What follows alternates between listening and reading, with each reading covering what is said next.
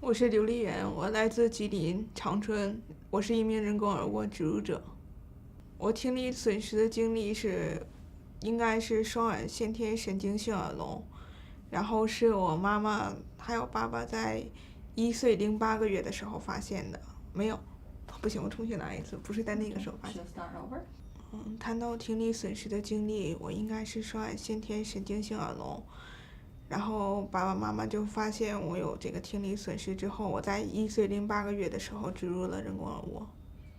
1岁08个月。18个月时候发现的，对吗？不是，我不知道什么时候发现的，但是是1岁08个月的时候植入的。谈到我听力损失的经历，我应该是双耳先天神经性耳聋。然后我爸爸妈妈刚开始就是发现他们叫我没有反应，然后就发现了这个事情。之后我是在1岁08个月的时候植入的人工耳蜗。因为我做人工耳蜗比较早，所以说实际上对我的童年没有什么太大的影响。我就还是和其他的小朋友一样，可以在公园玩，可以看书。然后我是跟他们一样一起正常上的幼儿园，上的小学。就是因为我植入的很早，所以恢复的也比较好。在幼儿园和小学学习也没有落后于其他的孩子，反而是很优秀的，学习还是挺好的。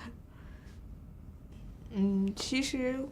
我因为那时候太小了，所以很小的时候我不太能记得清家长怎么跟我描述，但是就是记得我爸爸妈妈没有过多的就这个事情提及我跟别人的不同啊，或者是怎么样，他们只是告诉我说这个设备可以帮助你听到声音，其实就和其他人的眼镜是一样的，戴上之后你就和正常人一样，就不要想那么多。然后再就是告诉我一些需要注意的事项，比如说不能见到水之类，就是没有提及太多。就是非常开心啊，逢人就夸，我家孩子非常好。好像有提过说开机能叫妈妈爸爸，然后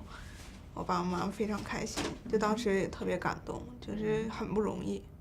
非常激动，大概就是轻描淡写的提了一嘴。轻描淡写的 ，OK。对，就小的时候经常尬夸，对，小时候也是，因为小时候也一直还是学习挺好的。对。然后包括说的也很好，经常就对。OK。我父母后来有跟我提过，就是当我开机能听到声音，能够对外界的声音有反应，而且可以第一次叫出他们的名字，比如说叫爸爸妈妈的时候，他们就是非常激动，非常开心，因为走到今天很不容易。这之后，我爸爸妈妈也一直把我当作是他们的骄傲，见到人就会夸我是一个多么优秀的孩子。包括像现在上的大学，他们也是非常自豪的。其实我并没有因为听力损失受到太多的限制，因为我植入的比较早，然后恢复的也比较好。在我妈妈的教导下，我说话说的也非常好。所以我基本上是沿着小孩子正确成长，就是正常成长的道路前进的。然后比如说我喜欢画画，然后我喜欢出去旅游，这些在人工耳蜗的帮助下其实是都可以做到的，只是有一些需要注意的，比如说游泳，或者是特别激烈的运动，这些可能会有一些限制。但是我觉得无所谓，我从来没有把这个当做一个问题，我可以把这个人工耳蜗摘下来，然后到海里去玩啊，这样都可以的。我没有觉得说我因为听不到而受到限制。OK。我觉得植入人工耳蜗，它可以帮助我听到声音，可以让我和正常的孩子一样健康快乐的成长。我也感觉它给了我未来无限的可能。我的人工耳蜗可以帮助我听到老师讲话，可以让我和同学探讨问题，然后从而帮助我的学习。那么我学习成绩好了，那我自然就进入了一个比较好的大学。人工耳蜗就是这么帮助我的。我在大学里学的是戏剧影视文学。我学这个专业是出于我个人的兴趣爱好，因为我非常喜欢看电影，喜欢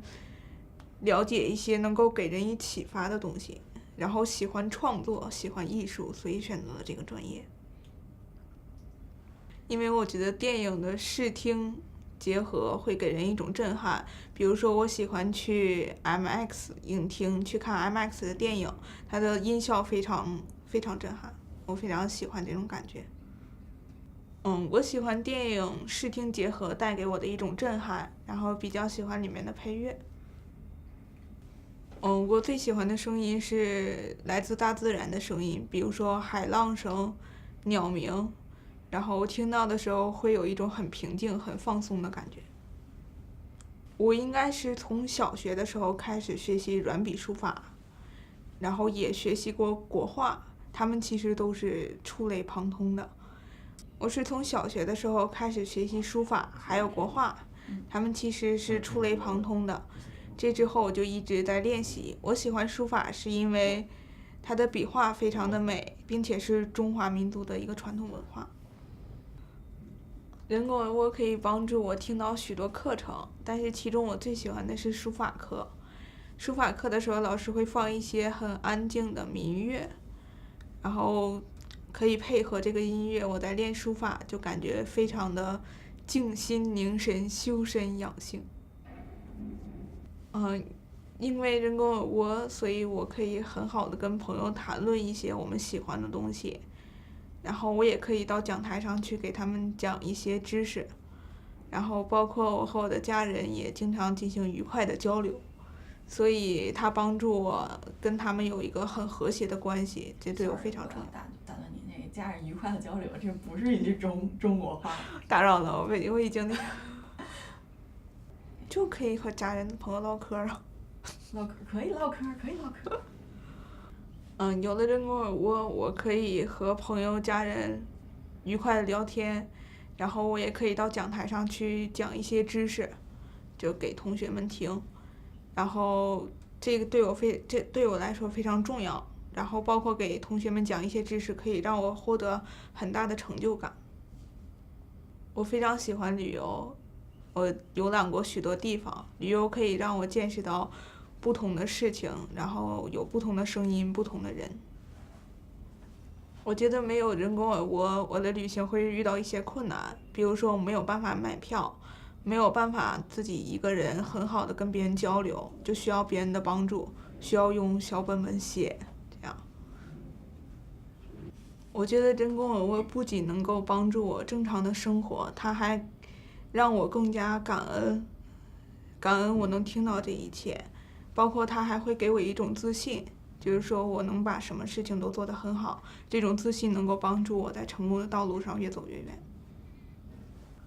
因为有了人工耳蜗，我觉得我的未来具有无限的可能性，我可以选择我想要的道路，虽然我现在还没有想好，但是我可以去尝试一切我可以尝试的东西，所以非常感谢。首先我希望有更多的中国人能够了解到人工耳蜗。人工耳蜗其实是我们通向更精彩世界的一个钥匙，它给你一种能够听到声音的可能性，你充分利用这种可能性，就能够达到很多你之前从未达到过的高度。然后，其次，我希望有更多的家庭能够尽快为孩子植入人工耳蜗，因为植入人工耳蜗越早，恢复的效果就会越好，然后孩子也能够享受到更精彩的童年。然后第三点是，我希望家长在孩子植入人工耳蜗之后，也要像之前一样给他们以支持和鼓励，应该用极大的耐心来帮助孩子成长。这样的话，孩子可能会成长得更快、更优秀，像我一样能够进入到一个很好的大学，有一个明媚的未来。我妈妈后来对我讲过，说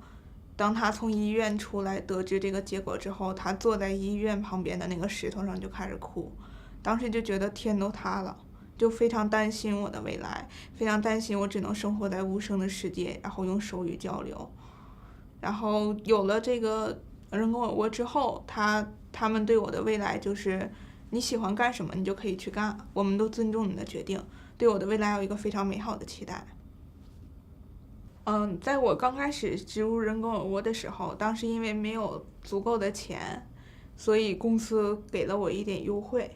然后包括在以后的过程中，公司会举办一些活动，我会有机会到全国不同的地方，见到跟我同龄的植入者，并且跟他们交流啊、玩啊。我还曾经得到过公司送给我的一个蓝色的小熊，我妈妈特别喜欢，把它放在我的床头。